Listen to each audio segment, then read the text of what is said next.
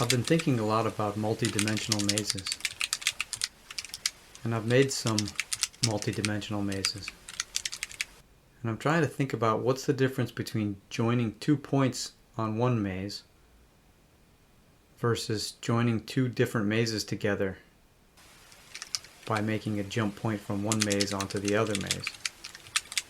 If I do that, is it really just a 3-dimensional maze? I think 3-dimensional mazes are kind of hard to navigate on a 2-dimensional screen.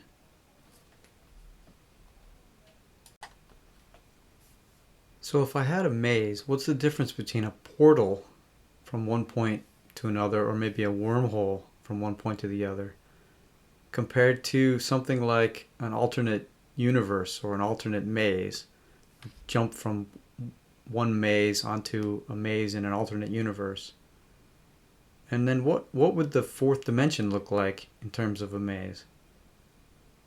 And how would that work into the concept of hyperspace? And then the really interesting thing I want to think about is, what would time travel look like in a maze? I'm not sure how to incorporate time travel elements into a maze. I think the maze might have to be changing in time instead of being static. That would make it able to shift over time, and then moving to a different timeline would move you to effectively a different maze.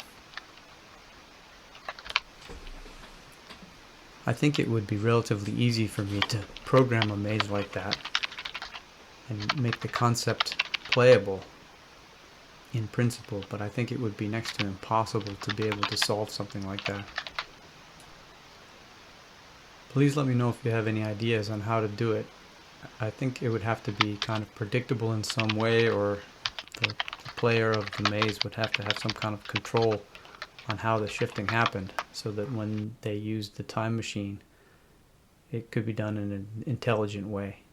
Let me know in the comments what you think.